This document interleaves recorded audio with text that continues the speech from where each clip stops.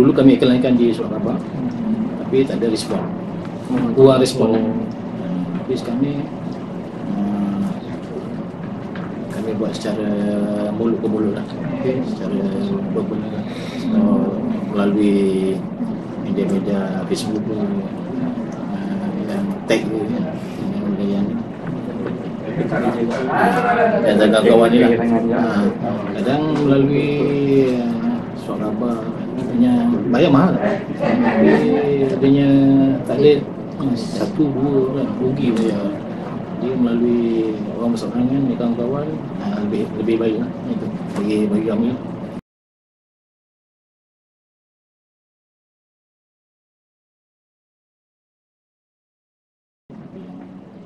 Okey, ini proses pengambilan dia perlu mengambil borang permohonan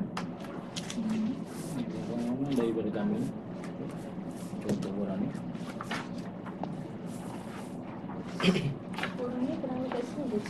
Kena ambil di sini. Boleh, kalau yang jauh saya boleh hantar email. Dia akan isi borang ni semua sekali, gambar dan bukti-bukti yang dalam ni. Dan dalam borang permohonan tu dia perlu sertakan foto setiap kad pengenalan, lesen mandu, slip renew yang kalau dia yang lama lah, dan bahagian PSV. Dan untuk kelayakan sini perlu ada lesen E full, E penuh lah, dan PSV E, bukan PSV E satu dia tak ada ni. Kami tak ada menjalankan untuk latihan daripada D, kelas D ke lesen E, tak ada. Bukan siapa-siapa calon yang datang kena mesti dah ada lesen E full dan PSV E. Itu yang kami amalkan sekarang. Mana dia perlu hantar borang dengan bukti keamanan dan salinan JPJ ni. Okey, sebelum tu semasa dia hantar borang atau semasa dia ambil borang sini, kami akan catatkan adanya bila ambil borang tu. Dan sambil diisi borang, saya akan cek dia status saman ni. Ada saman tak? Sama-sama polis, JPJ atau dia punya kejaran. Untuk melakukan tuan, kalau ada saman banyak yang blacklist, kami tak ambil. Okey, selepas tu dia hantar borang permohonan kepada kami. Kami akan syarikat akan buat selection untuk kepada saman semua. Okey, untuk kelulusan kami ada SRP ke atas lah. Kelayakan umur setakat ni dalam untuk kelayakan 21 tahun ke atas sampai umur ke 50. Tapi bergantung pada keadaan kesihatan ni. Darjah 6 jarang ambil lah. Kadang darjah 6 ni menulis susah. Pasal kita perlukan penulisan. Mana setiap kita ada kita perlu menulis setiap hari. Untuk bukan macam kita buat lori hantar invoice sign dah boleh kan, sign dah. Ini tuan-tuan kena ada tulis perjalanan dia, laporan dia. Itu yang kami tahu.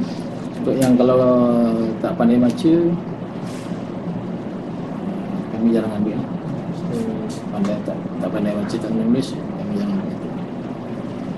Tapi kalau tengok yang ada jannah, kalau ada pandai baca, pandai menulis, kami ketimbangkan. Bukan tengok keadaan ni. Okey, selepas tu kami akan hubungi secara SMS. Okey. Biasa saya akan hubungi secara SMS. Kalau saya hantar SMS, sila jawab ya hadir. Tidak, atau ya itulah. Akan bagi dua jawapan dia atau tidak hadir. Dan kalau ya hadir, kami akan buat proses seterusnya. Kami akan buat selection untuk temu juga lah. Okey, temu juga ada ujian tulis. Mula-mula ujian tulis sampai lampu ujian tulis. Selepas tu kami akan bawa ke ujian lisan seorang-seorang. Masa ujian betul itu ramai-ramai. Dan ujian lisan ni biasa di sini. Cara ramai-ramai. Seorang-seorang di sini. Dengan dulu luar saya akan panggil untuk buat jam dulu. Ujian bertulis tu bentuk dia objektif ataupun objektif dengan subjektif. Dua. Soalan berkaitan? Soalan berkaitan peraturan jalan raya. Okey, untuk temu duga ni biasa memakan masa daripada antara orang tu, bergantung pada kelulusan, bergantung kepada ni lah keadaan semasa. Kalau perlu kami ambil cepat, kalau tak kadang ada yang perlu delay kan, kumpulkan permohonan. Biasa 7-8 orang ke atas kami akan buat temu duga. Tak semestinya kami tak ada walk-in ya, tak ada walk-in interview. Tunggu dalam 5 orang, 7 atau 10 orang kami kumpul, baru kami panggil untuk temu duga. Okey, dalam tempoh seminggu selepas temu duga tu kami akan minta keputusan kan, secara SMS juga. Setelah berjaya dalam temu duga, lepas tu dia akan datang ambil borang medikal. Borang medikal dengan borang peribadi lah. Okey, biasanya selepas dia ambil borang, dia akan buat medical check up, buat kuasa upah. Okey, lepas tu dia akan lapor diri. Biasanya saya buat pada hari Isnin atau hari Selasa.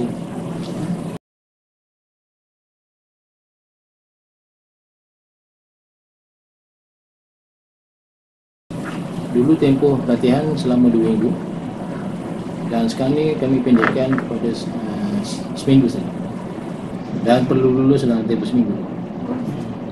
Kami akan uji sendiri lah.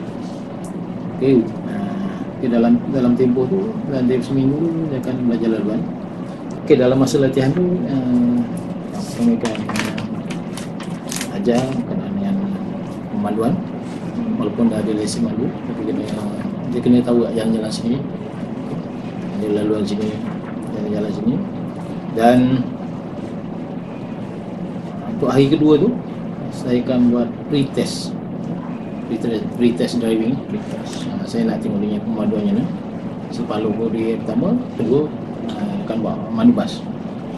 Kami akan pakai satu bas untuk dia memandu sendiri, dan saya akan memantau lah, dan saya akan buat check driving. Okey, selepas tu hari kedua, hari ketiga atau keempat dia akan memandu dengan mandu dalam belajar laluan yang ada di sini. Untuk pemandu tu ditukarkan ke tempat lain, dia kena datang di sini. Maksudnya dia kena tahu laluan di sini, di Putrajaya. Laluan mana, laluan terus pagi, laluan terus petang, laluan biasa, laluan malam, dia kena tahu. Dan dia kena mahir di kawasan sini. Kalau tak mahir, tak kira penumpang jerit lah. Tak sampai destinasi. Hari ke-6 kami akan buat test driving, test laluan, semua sekali lah, termasuk cara-cara pemanduan, ada melanggar peraturan atau tidak. Dan kalau dalam masa test tu tak lulus laluan, kami akan postpone untuk akan datang sampai lulus. Jadi kalau tak lulus tak ada limit. Limit biasa kali kedua, kali ketiga dia lepas. Dan selepas tamat latihan, dia akan lapor kepada bahagian operasi dan seterusnya bekerja bersama yang sekarang.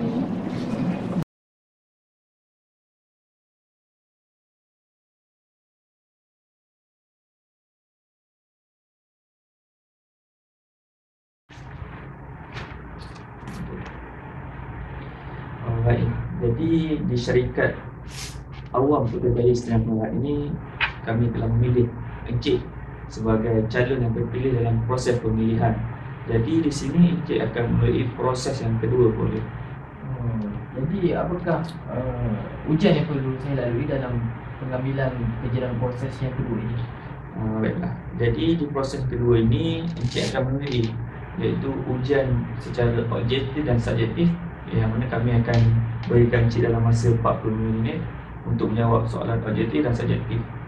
Kemudian selepas menjawab soalan tersebut pada hari yang sama ataupun hari yang berikutnya seperti yang ditetapkan, Encik akan melalui laluan yang kami akan sediakan untuk Encik memandu secara berhemah.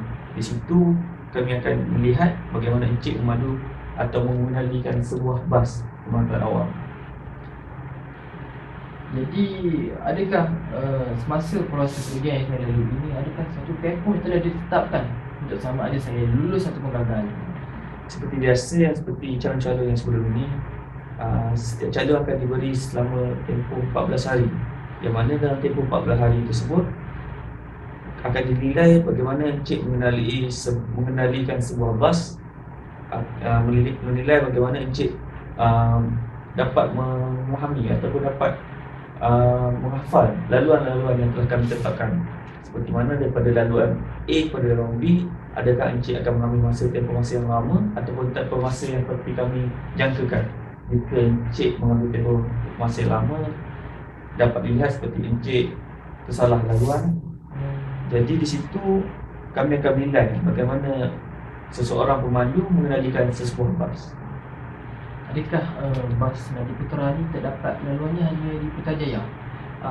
Seperti mana yang telah syarikat kami perolehi tender-tender syarikat kami, syarikat kami mempunyai 5 laluan, iaitu yang utamanya di Putrajaya sebagai laluan utama. Kemudian kami ada di UKM yang terdekat, di UPM, di Universiti Putra Malaysia, di KLCC dan Cyberjaya.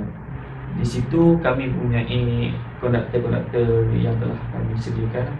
Kami bahagikan pemandu-pemandu tersebut di kawasan-kawasan tersebut. Bagaimana pula jika tak ada rezeki saya gagal dalam ujian ini? Adakah saya dibuat terus? Di situ Encik jangan risaulah, sebab syarikat kami ni, kami jenis syarikat yang tidak menggagalkan cara yang telah kami pilih. Kami kerana di situ akan memberi kos yang lebih dari kami. Jadi dalam proses tersebut, jika seseorang calon itu gagal, kami akan bagi tempoh masa. Dalam tempoh masa tersebut, kami tidak menggagalkan seseorang calon. Jadi dalam masa 14 hari tersebut, jika seorang calon itu gagal pada peringkat utama atau ujian pertama dia gagal, kami akan bagi peluang kali kedua ataupun kali ketiga. Atas budi bicara pihak kami melihat bagaimana kegagalan tersebut, sama ada kegagalan itu melibatkan terkorbannya nyawa ataupun aksiden yang teruk, ataupun memperolehi sama-sama yang daripada peringkat kami, sama tersebut tidak patut seseorang pemandu bas memperolehinya. Jadi tuan mengatakan di syarikat tuan tidak menggagalkan seorang yang mengambil dalam proses kerja ni. Betul. Jadi apabila lulus ujian, adakah ada lagi proses-proses sebagai seorang pekerja yang baru? Jadi apabila Encik Mohsin telah melalui ujian-ujian tersebut, kami akan perkenalkan sebuah bas kepada Encik Mohsin dan maklumat pemandu, mana secara harfiah ataupun secara tersiratnya di situ Encik Mohsin akan memperolehi jawatan pemandu tetap di syarikat kami. Jadi apabila kami berikan Encik Mohsin sebuah bas, nyatalah Encik Mohsin telah diterima sebagai pekerja di syarikat kami. Terima kasih di atas info yang telah Tuan Amin bagi. Jadi selepas ini Encik Mohsin bolehlah ke bilik yang telah kami letakkan untuk menjalani ujian-ujian tersebut, dan saya ucapkan selamat maju jaya dan selamat bekerja melaksanakan menjawab ujian-ujian dan melaksanakan ujian tersebut dengan jaya ini. Semoga Encik Mohsin berjaya mendapat jawatan dalam syarikat kami. Terima kasih tuan. Sama-sama.